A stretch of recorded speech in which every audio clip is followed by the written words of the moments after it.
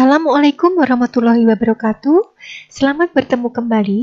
Kali ini kita akan membahas tentang persamaan dan pertidaksamaan linier satu variabel. Pada bagian pertama ini, kita akan membahas tentang kalimat terbuka dan persamaan linier satu variabel. Pada materi sebelumnya, kalian telah mempelajari tentang bentuk aljabar. Nah, jadi bentuk aljabar itu adalah suatu bentuk matematika yang dalam penyajiannya memuat huruf-huruf untuk mewakili bilangan yang belum diketahui. Nah, materi ini merupakan dasar untuk mempelajari persamaan yang akan kita pelajari saat ini, yakni persamaan linier satu variabel atau disingkat PLSV. Nah, perhatikan permasalahan matematika berikut ini. Seorang ibu berumur 26 tahun ketika anaknya lahir. Nah, jika saat ini jumlah umur ibu dan anaknya 50 tahun, dapatkah kalian menentukan selisih umur mereka? Nah, permasalahan ini itu nanti akan dapat kita selesaikan dengan menggunakan persamaan linier satu variabel. Jadi tujuan pembelajaran kita adalah agar kalian dapat membedakan antara pernyataan dan kalimat terbuka. Kemudian kalian juga dapat menjelaskan pengertian dari persamaan linier satu variabel, serta dapat menentukan penyelesaian dari persamaan linier satu variabel dengan menggunakan keekuivalenan. Nah, kita mulai dari istilah pernyataan dan kalimat terbuka.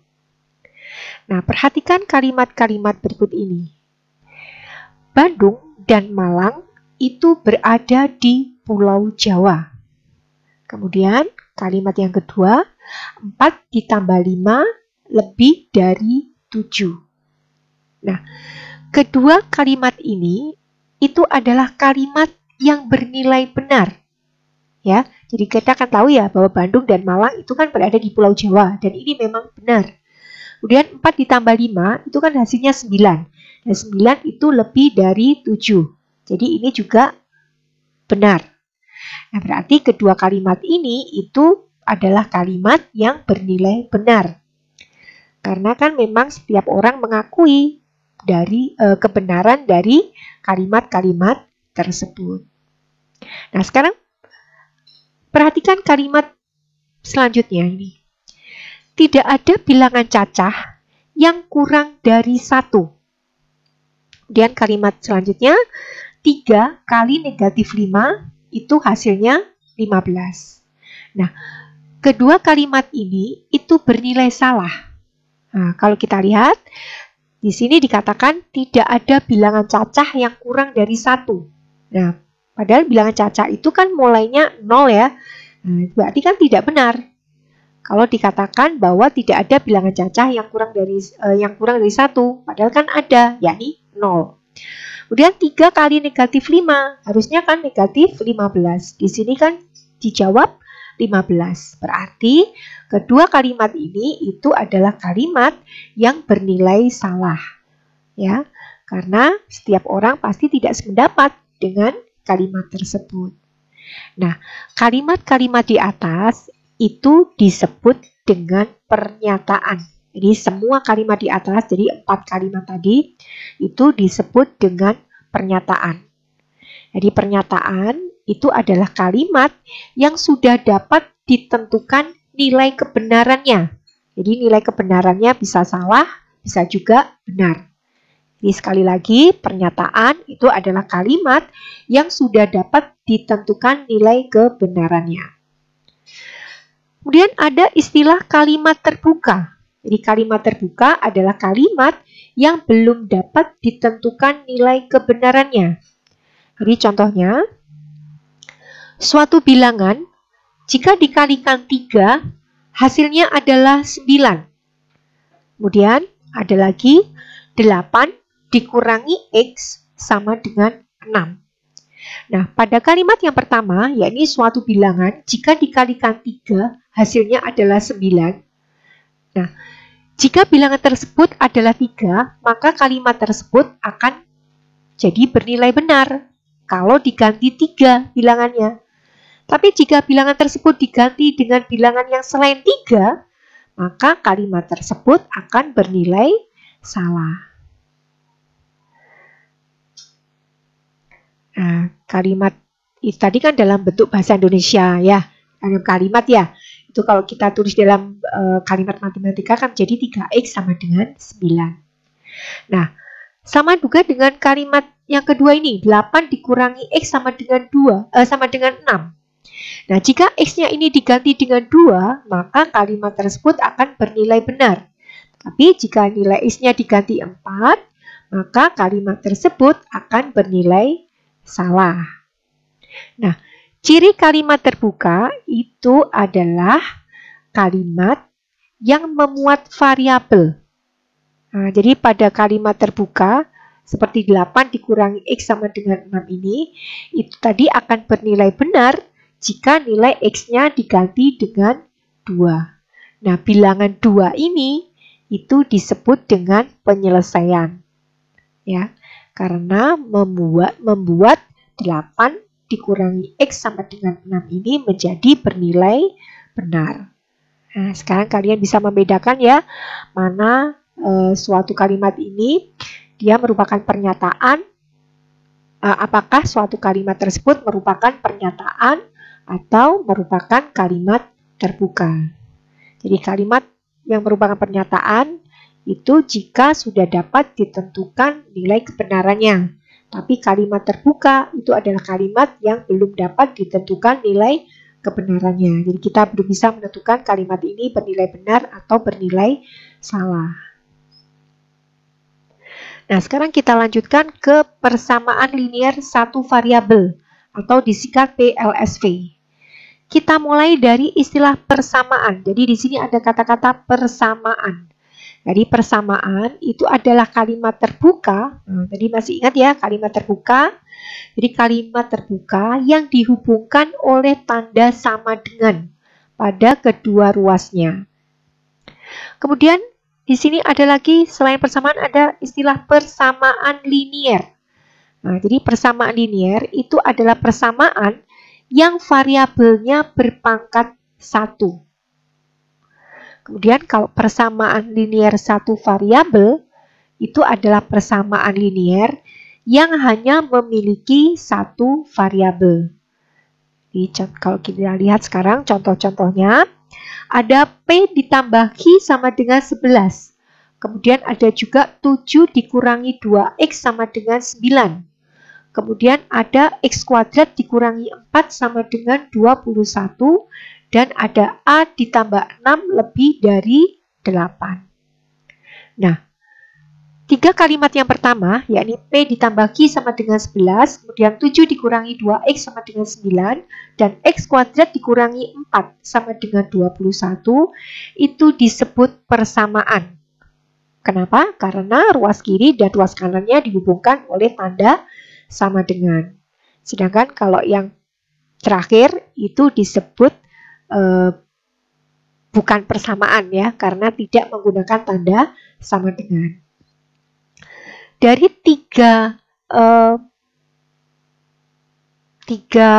persamaan tadi, yang pertama yakni P ditambah Q sama dengan 11, ini merupakan persamaan linier. Mengapa? Karena variabel-variabelnya itu berpangkat 1. Jadi P-nya berpangkat 1, Q-nya juga berpangkat 1.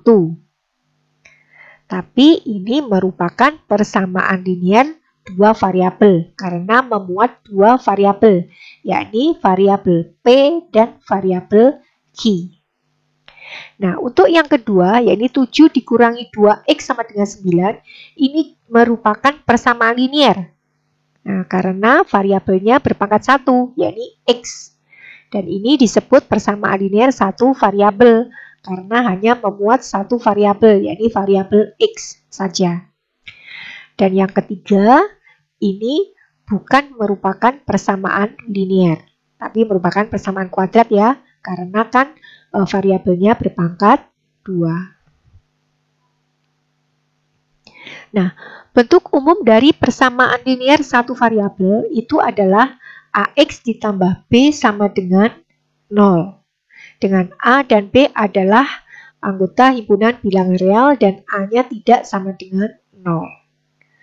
Nah, sekarang kita lanjutkan ke menentukan penyelesaian dari persamaan linear satu variabel. Nah, perhatikan ilustrasi berikut. Nah, di sini ada sebuah neraca atau timbangan. Nah, neraca atau timbangan yang baik, nah itu cirinya adalah bahwa bagian kanannya dan bagian kirinya, bagian kanan timbangan dan bagian kiri timbangan itu harus seimbang. Nah, ini baru dikatakan bahwa neraca atau timbangan itu bekerja dengan baik. Nah, jadi dikatakan di sini bahwa timbangan yang baik adalah timbangan yang selalu dalam kondisi yang seimbang saat diberikan beban pada kedua sisinya. Dan misalkan diberikan persamaan awal itu adalah X dikurangi 8 sama dengan 25. Nah, sekarang kita kaitkan dengan matematika ya. Jadi misalkan diberikan persamaan awal X dikurangi 8 sama dengan 25.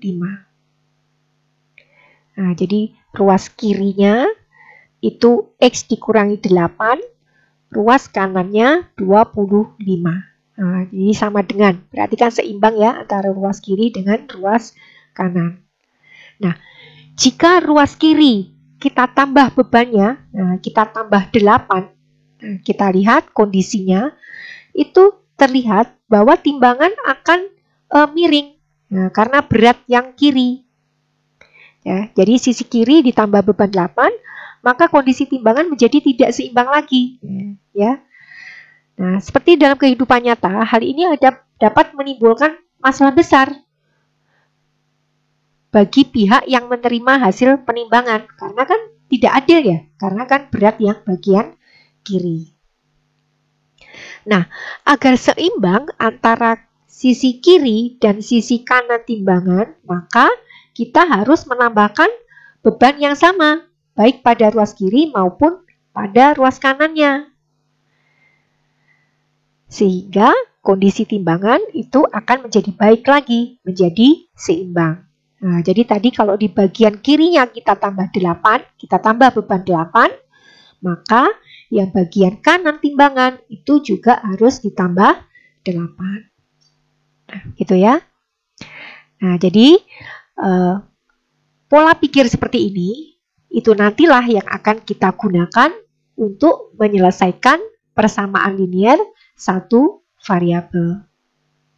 Nah, jadi ilustrasi di atas itu tadi memberikan gambaran bagaimana cara berpikir kita dalam menentukan selesaian dari persamaan linear satu variabel.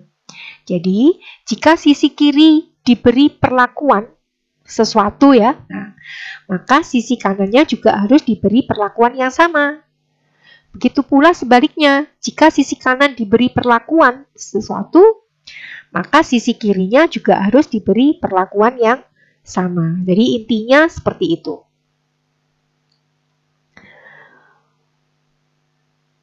Nah, dari permasalahan tadi, X dikurangi 8 sama dengan 25. Nah, sekarang kita tuliskan dalam pengerjaan matematikanya. X dikurangi 8 sama dengan 25. Ruas kiri kita tambah 8. Tadi ya. Berarti X kurangi 8 ditambah 28. Maka ruas kanan juga harus ditambah 8. Berarti sama dengan 25 ditambah 8. Selanjutnya, X sama dengan 33. Jadi dikurangi X dikurangi 8 ditambah 8 berarti kan sama dengan X ditambah 0 ya. Sehingga tinggal X. Nah, yang ruas kanannya 25 ditambah 8 menjadi 33. Nah, kalau kalian perhatikan di sini ada tanda ini. Nah, seperti panah yang kedua arah ya. Nah, ini disebut tanda ekuivalen. Ya, jadi tanda ekuivalen ini adalah tanda untuk menunjukkan bahwa persamaan-persamaan ini memiliki penyelesaian yang sama. Nah, untuk X sama dengan 33. Nah, tadi perhatikan X sama dengan 33, X-nya kan di ruas kiri. 33-nya kan berada di ruas kanan.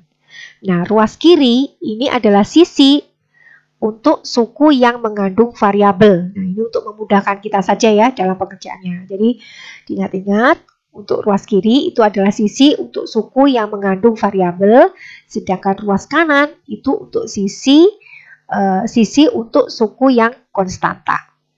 Nah, itu ya. Ini untuk memudahkan kita dalam pengerjaannya saja. Nah, masih ingat cara berpikir kita dalam mengerjakan persamaan linear satu variabel nanti, ini bahwa jika sisi kiri diberi suatu perlakuan, maka sisi kanan juga harus diberi perlakuan yang sama. Begitu pula sebaliknya. Serta ini tadi, ruas kiri itu digunakan untuk suku yang mengandung variabel, untuk yang ruas kanannya adalah sisi untuk suku konstantanya.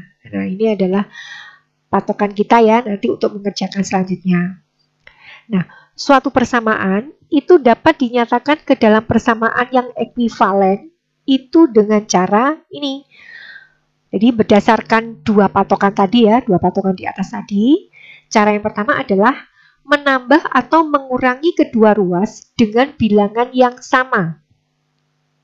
Kemudian yang kedua adalah mengalihkan atau membagi kedua ruas dengan bilangan yang sama.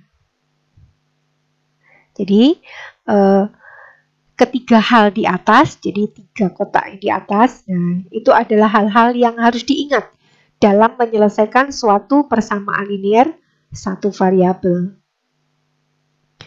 Kita lihat contoh soalnya. Tentukan himpunan penyelesaian dari persamaan 5x ditambah 6 sama dengan 4x dikurangi 1. Dengan x-nya elemen bilangan bulat. Kemudian gambarkan himpunan penyelesaiannya dalam garis bilangan. Dari bentuk 5x ditambah 6 sama dengan 4x dikurangi 1, kita lihat bagian ruas kiri itu ada konstanta 6. Nah, berarti kedua ruas kita kurangi dengan 6, supaya kan bernilai 0 ya. Nah, supaya habis. Berarti 5x ditambah 6 dikurangi 6, jadi ruas kiri dikurangi 6, berarti ruas kanan juga harus dikurangi 6. Berarti ruas kirinya menjadi 5x ditambah 6 dikurangi 6, ruas kanannya menjadi 4x dikurangi 1 dikurangi 6. Nah, kita sederhanakan menjadi 5x sama dengan 4x dikurangi 7. Nah, di sini di ruas kanan ada 4x. Nah, kita ingat tadi ada hal yang bisa memudahkan kita bahwa untuk ruas kanan itu yang mengandung konstanta saja. Jadi untuk yang mengandung variabel diletakkan di ruas kiri. Karena di sini di ruas kanan itu ada 4x, berarti masing-masing ruas kita kurangi dengan 4x. Jadi 5x dikurangi 4x sama dengan 4x dikurangi 4x dikurangi 7. Dan kita sederhanakan menjadi x sama dengan negatif 7. Jadi himpunan penyelesaian persamaan 5x ditambah 6 sama dengan 4x dikurangi 1 itu adalah x sama dengan negatif 7. Kemudian garis bilangan yang menunjukkan himpunan penyelesaiannya adalah ini. Karena ini x-nya adalah elemen dari bilangan bulat, nah berarti langsung saja kita letakkan bulatan di garis bilangan itu pada titik negatif 7. Nah, ini adalah menunjukkan himpunan penyelesaian dari persamaan 5x ditambah 6 sama dengan 4x dikurangi 1. Kemudian contoh soal yang kedua. Tentukan himpunan penyelesaian dari persamaan 8x dikurangi 7 sama dengan 2x dikurangi 19. Dengan x-nya anggota dari bilangan bulat. Dari 8x dikurangi 7 sama dengan 2x dikurangi 19, kita lihat pada ruas kiri itu ada konstanta negatif 7. Nah, berarti kita nolkan ya. Masing-masing ruas berarti ditambah dengan lawannya. Jadi ditambah dengan 7. Jadi 8x dikurangi 7 ditambah 7 sama dengan 2x dikurangi 19 ditambah 7. Kita sederhanakan menjadi 8x sama dengan 2x dikurangi 12. Karena di ruas kanan itu ada suku yang mengandung variabel, nah berarti ini harus kita hilangkan. Maka kedua ruas dikurangi dengan 2x. Jadi 8x dikurangi 2x sama dengan 2x dikurangi 2x dikurangi 12. Kita sederhanakan menjadi 6x sama dengan negatif 12. Kemudian kita kedua ruas kita bagi dengan 6 sehingga kita peroleh 6x per 6 sama dengan negatif 12 per 6. Berarti x sama dengan negatif 2. Jadi himpunan penyelesaian persamaan 8x dikurangi 7 sama dengan 2x dikurangi 19 adalah x sama dengan negatif 2. Kita lanjutkan contoh yang ketiga. Tentukan himpunan penyelesaian dari persamaan 3 kali 2x dikurangi 1 sama dengan 2 kali x ditambah 5 dikurangi 1 untuk x elemen bilangan cacah. Dari 3 kali 2x dikurangi 1 sama dengan 2 kali x ditambah 5 dikurangi 1. Nah, ini kita sederhanakan menjadi 6x dikurangi 3 sama dengan 2x ditambah 10 dikurangi 1. Nah, di sini pada ruas kiri ada konstanta negatif 3. Nah, berarti kedua ruas kita tambah dengan 3. Jadi 6x dikurangi 3 ditambah 3 sama dengan 2x ditambah 10 dikurangi 1 ditambah 3. Kita sederhanakan, akhirnya menjadi 6x ditambah 2x ditambah 12. 6x sama dengan 2x ditambah 12. Karena di ruas kanan ada suku yang mengandung x, yaitu 2x, maka sekarang kedua ruasnya kita kurangi dengan 2x. Sehingga kita peroleh 6x dikurangi 2x sama dengan 2x dikurangi 2x ditambah 12. Sama dengan 4x sama dengan 12. Nah, kemudian kedua ruas masing-masing dibagi dengan 4, sehingga kita peroleh 4x dibagi 4 sama dengan 12 juga dibagi 4. Dan kita selesaikan, akhirnya diperoleh x sama dengan 3. Jadi, himpunan penyelesaian dari persamaan 3 kali 2x dikurangi 1 sama dengan 2 kali x ditambah 5 dikurangi 1, itu adalah x sama dengan 3. Kemudian kita lanjutkan contoh yang keempat. Tentukan himpunan penyelesaian dari 11 dikurangi 2 kali 3x ditambah 4 sama dengan 9 dikurangi 3x untuk x elemen dari bilangan bulat. Nah, dari permasalahan ini tadi, kita sederhanakan menjadi 11 dikurangi 6x dikurangi 8 sama dengan 9 dikurangi 3x. Kita sederhanakan menjadi bentuk negatif 6x ditambah 3 sama dengan 9 dikurangi 3x. Nah, di ruas kiri ada konstanta 3, berarti masing-masing ruas kita kurangi dengan 3. Sehingga kita peroleh negatif 6x ditambah 3 dikurangi 3 sama dengan 9 dikurangi 3x dikurangi 3. Nah, kita peroleh negatif 6x sama dengan 6 dikurangi 3x. Karena di ruas kanan itu ada suku yang mengandung variabel, nah berarti sekarang masing-masing ruas kita tambah dengan 3x supaya nilai dari negatif 3x menjadi 0 ya. Nah, akhirnya bentuknya menjadi negatif 6x ditambah 3x sama dengan 6 dikurangi 3x ditambah 3x. Nah, kita sederhanakan menjadi negatif 3x sama dengan 6. Kemudian masing-masing ruas kita bagi dengan negatif 3 supaya kita memperoleh hanya nilai x-nya saja. Jadi kita peroleh sekarang bentuknya menjadi negatif 3x per negatif 3 sama dengan 6 per negatif 3. Dan diperoleh x sama dengan negatif 2. Jadi, himpunan penyelesaian dari persamaan 11 dikurangi 2 kali 3x ditambah 4 sama dengan 9 dikurangi 3x adalah x sama dengan negatif 2. Nah, itulah bahasan kita. Sebelum Ibu akhiri, Ibu ingatkan agar kalian selalu meningkatkan ibadah kalian, tetap semangat belajar dan selalu menerapkan 5M.